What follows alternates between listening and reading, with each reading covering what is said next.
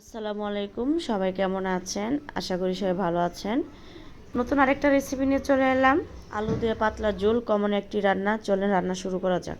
আমি 2 কেজি গরু মাংস নিয়েছি। এখানে শুধু হাড়ের অংশটুকু আছে। এখানে মাংসের পরিমাণটা কম, তো দিয়ে দিলাম 1 কাপ পেঁয়াজ কুচি।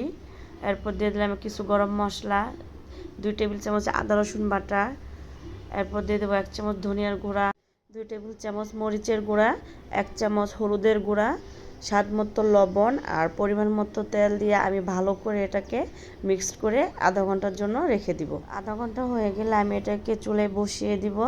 আলু দিয়ে পাতলা ঝোল মাংসটা খেতে কিন্তু অনেক মজা হয়। এই তো আমি চুলায় বসিয়ে দিয়েছি, তো বলক আসছে। এখন আমি এটাকে ভালো করে নাড়াচাড়া করে আবারও ঢেকে দিব।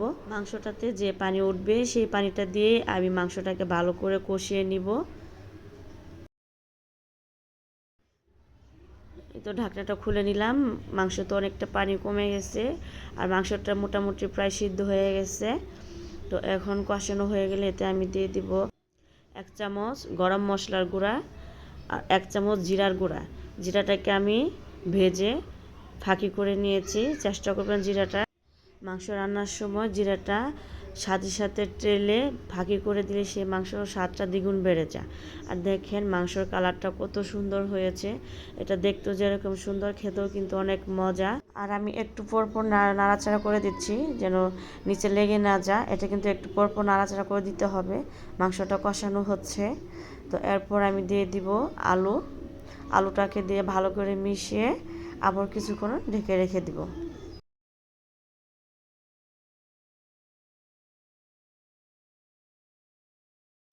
তো এই তো কষানো হয়ে গেছে। এখন আমি দিয়ে দিচ্ছি গরম পানি, 2 কাপ গরম পানি। এখানে বেশি পানি দিব না, যেহেতু মাংস আলু দুইটাই সিদ্ধ হয়ে গেছে।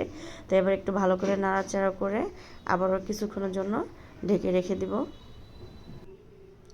এই তো মাংসটা বলক চলে আসছে। এখন দিয়ে দেবো কয়েকটা কাঁচামরিচ, জাস্ট ফ্লেভারের জন্য। আমার রান্না প্রায় শেষ। তো দেখেন মাংস কালারটা কত সুন্দর হয়েছে। ভিডিওটি যদি ভালো লেগে থাকে অবশ্যই একটা লাইক কমেন্ট শেয়ার করতে ভুলবেন না। আর ইউটিউব চ্যানেল থেকে দেখে থাকলে অবশ্যই সাবস্ক্রাইব করে আমার পাশেই থাকবেন। সবাই ভালো থাকবেন, সুস্থ থাকবেন। আল্লাহ হাফেজ।